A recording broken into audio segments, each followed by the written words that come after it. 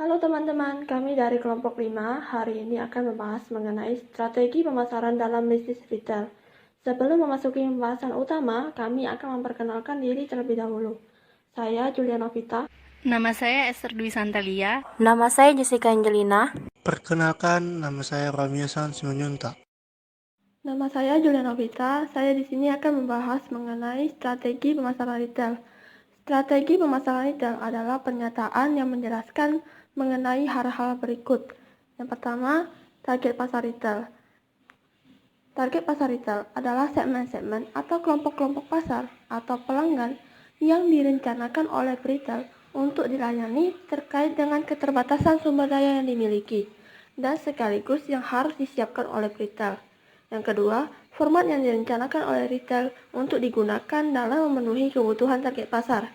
Ini berarti bahwa gabungan retail didasarkan pada sifat atau ciri barang dagangan dan jasa yang ditawarkan, kebijakan penentuan harga, pemasangan iklan, dan program promosi maupun pendekatan pada desain toko dan lokasi khusus. Beberapa format retail yang banyak berkembang di Indonesia, khususnya untuk format retail dengan toko store retailing adalah hypermarket, supermarket, dan minimarket. Ini untuk kelompok orientasi makanan. Sedangkan department store ataupun factory outlet ini untuk kelompok barang dagangan umum. Yang ketiga, dasar perencanaan retail untuk memperoleh keuntungan bersaing yang dapat dipertahankan atau sustainable competitive advantage. Ini berarti bahwa keuntungan dari persaingan yang dapat dipertahankan dalam jangka waktu panjang. Dengan demikian, tiap strategi pemasaran retail akan meliputi hal-hal sebagai berikut. Yang pertama, memilih segmen target pasar dan penentuan format retail. Yang kedua, mengembangkan keunggulan bersaing yang memungkinkan retail untuk mengurangi tingkat kompetisi yang dihadapi.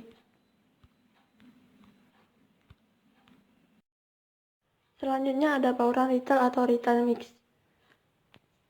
Bauran retail atau retail mix adalah strategi pemasaran yang mengacu pada beberapa variabel di mana retail dapat mengombinasikan variabel-variabel tersebut menjadi jalan alternatif dalam upaya menarik konsumen. Variabel tersebut pada umumnya meliputi faktor-faktor seperti variasi barang dagangan dan jasa yang ditawarkan, harga, iklan, promosi, dan tata ruang, desain toko, lokasi toko, dan pengelolaan barang dagangan. Ada 5 jenis unsur bauran retail. Yang pertama, produk.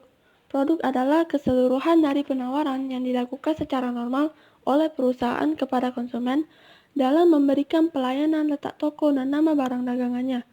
Konsumen akan memberikan kesan yang baik terhadap suatu toko apabila toko tersebut dapat menyediakan barang yang dibutuhkan dan diinginkan oleh konsumen. Oleh karena itu, retail harus tanggap terhadap kebutuhan dan keinginan konsumen. Yang kedua, harga. Harga sangat berhubungan dengan nilai dasar dari persepsi konsumen berdasarkan dari keseluruhan unsur bauran retail dalam menciptakan suatu gambaran dan pengalaman bertransaksi. Tingkat harga pada suatu toko dapat mempengaruhi cara berpikir konsumen terhadap unsur-unsur lain dari bauran retail. Contohnya, tingkat harga seringkali dianggap dapat mencerminkan kualitas dari barang dagangan dan pelayanan yang diberikan, sehingga pada akhirnya juga akan mempengaruhi konsumen dalam menentukan pilihannya untuk berbelanja di sebuah department store. Dalam menetapkan harga, terdapat 3 macam strategi harga yang pada umumnya digunakan sebagai dasar oleh para retail, yaitu 1. Penetapan harga di bawah harga pasar. Kedua, penetapan harga sesuai dengan harga pasar. Ketiga, penetapan harga di atas harga pasar. Bagian ketiga ada promosi. Promosi merupakan kegiatan yang mempengaruhi persepsi, sikap, dan perilaku konsumen terhadap suatu toko retail dengan segala penawarannya. Promosi merupakan alat komunikasi yang menghubungkan keinginan pihak retail dengan konsumen untuk memberitahu, membujuk, dan mengingatkan konsumen agar mau membeli produk yang dijual dari keuntungan dan manfaat yang diperolehnya. Ada 3 macam alat promosi yang sering digunakan oleh retail, yaitu iklan, penjualan langsung, dan promosi penjualan. Bagian keempat ada fasilitas fisik. Fasilitas fisik merupakan faktor penentu dalam mendominasi pangsa pasar yang diinginkan oleh perusahaan, karena penguasaan pasar dapat dicapai apabila perusahaan mendapatkan kedudukan yang baik sehingga dapat menciptakan citra perusahaan bagi para konsumennya. Bagian kelima ada pelayanan. Pelayanan merupakan suatu keinginan konsumen untuk dilayani dan pelayanan tersebut tentunya berhubungan dengan penjualan produk yang akan dibeli konsumen. Misalnya pemberian fasilitas alternatif pembayaran, memasang perlengkapan, merubah model untuk pakaian dan sebagainya. Adapun jenis-jenis pelayanan dalam bauran retail antara lain waktu pelayanan toko atau jam operasional toko, ada pengiriman barang, penanganan terhadap keluhan dari konsumen, penerimaan pesan melalui telepon dan pos, dan penyediaan fasilitas parkir. Selanjutnya, mengembangkan keunggulan bersaing yang berkelanjutan. Mengembangkan keuntungan yang bersaing berarti retail membangun sebuah dinding di sekitar posisinya pada pasar retail. Segala kegiatan bisnis yang dijalankan retail dapat menjadi dasar untuk keuntungan bersaing, namun keuntungan harus bisa dipertahankan dalam jangka waktu yang lama. Ada 7 kesempatan yang penting bagi retail untuk mengembangkan keuntungan bersaing.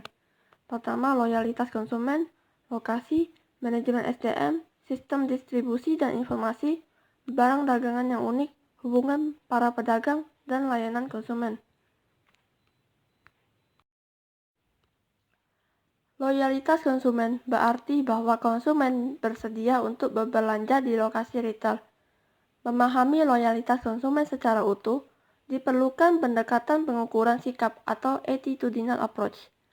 Pada pendekatan ini, loyalitas konsumen diukur dari sikap konsumen terhadap merek yang dijual dan terhadap outlet pembisnis retail.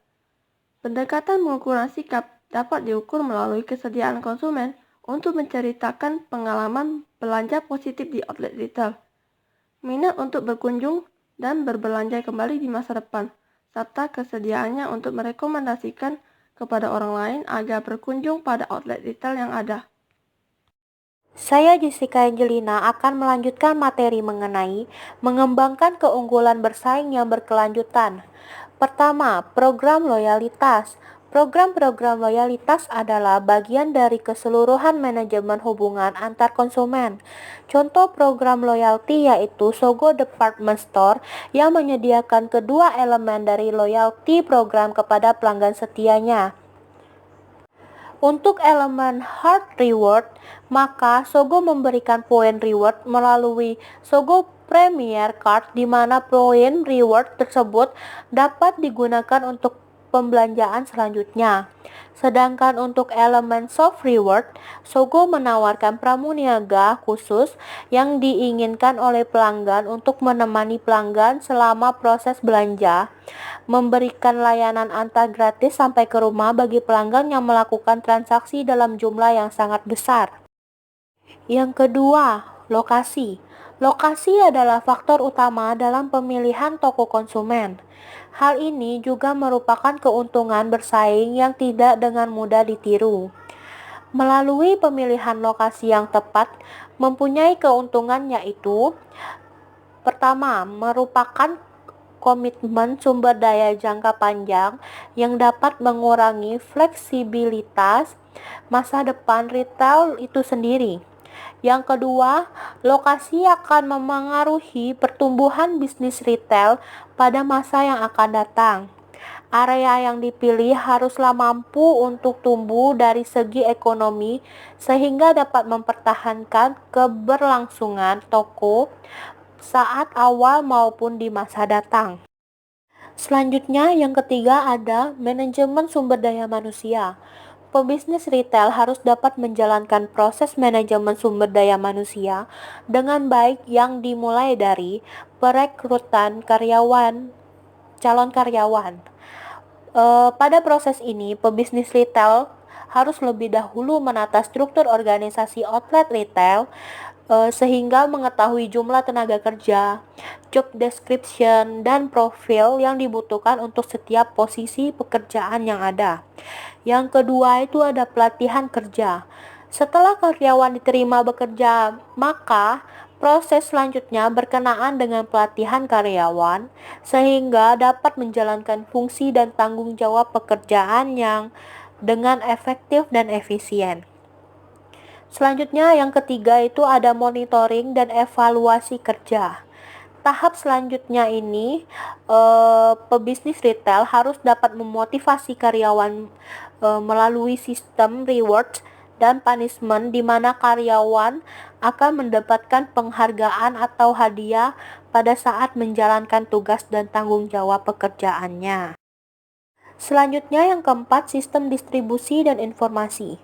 Sistem distribusi dan informasi dalam operasional bisnis retail merupakan satu kesatuan yang tidak terpisahkan dan saling terkait satu sama lain. Operasional outlet retail modern ini pada umumnya telah menerapkan teknologi untuk memfasilitasi terciptanya sistem distribusi dan informasi yang cepat, tepat, dan akurat. Selanjutnya yang kelima itu ada barang-barang yang unik. Adanya private label brand atau store brand memberikan keunggulan tersendiri bagi pebisnis retail antara lain. Yang pertama, keuntungan atau margin keuntungan penjualan produk private label brand atau bisa dibilang dengan merek toko lebih besar dibandingkan dengan keuntungan dari penjualan produk merek milik produsen atau prinsipil.